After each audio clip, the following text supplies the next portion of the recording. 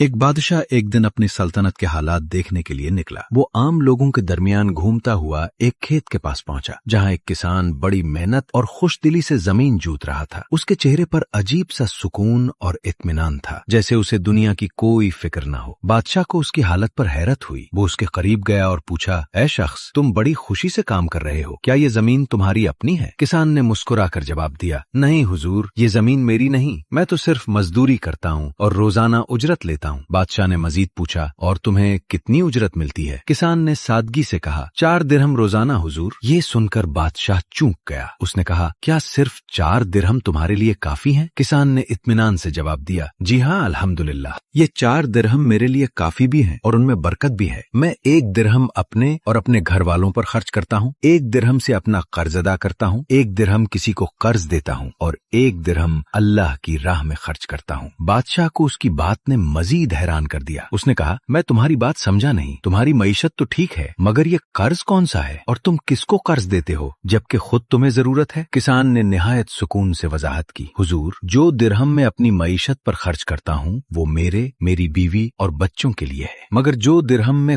قرض کے طور پر دیتا ہوں وہ دراصل اپنے بچوں پر خرچ کرتا ہوں۔ میں انہیں پالتا ہوں، تعلیم دیتا ہوں، ان کی پرورش کرتا ہوں تاکہ جب میں بوڑھا ہو جاؤں تو وہ میرا سہارا بنے اور یوں یہ قرض مجھے واپس مل جائے۔ وہ ذرا رکا، پھر ادب سے بولا، اور جو درہم میں اپنا قرض ادا کرتا ہوں وہ میں اپنے والدین پر خرچ کرتا ہوں۔ انہوں نے مجھے بچپن میں پالا، میری پرورش کی، اب وہ بوڑھے ہو چکے ہیں تو میں ان کا حق ادا کر رہا ہوں۔ بادشاہ خاموشی سے سنتا رہا، مگر کسان کی بات ابھی مکمل نہ ہوئی تھی اور آخری درہم کسان نے کہا، میں اللہ کی راہ میں خرچ کرتا ہوں، کسی بیمار پڑوسی، کسی بے سہارا بوڑھے یا کسی محتاج کی مدد کر دیتا ہوں تاکہ اللہ راضی ہو جائے۔ یہ سن کر بادشاہ کی آنکھیں نم ہو گئیں۔ اس نے محسوس کیا کہ اصل دولت تو اس کسان کے دل میں ہے۔ اس نے متاثر ہو کر کہا، واقعی تم بہت سمجھدار اور نیک انسان ہو، تم جیسے لوگ ہی حقیقی خوشی کے مستحق ہیں۔ یہ کہہ کر بادشاہ نے اسے ایک بڑی رقم بطور انعام دی اور خاموشی سے واپس لوٹ گیا، مگر اس کے دل میں اس کسان کی دانائی ہمیشہ کے لیے نقش ہو چکی تھی۔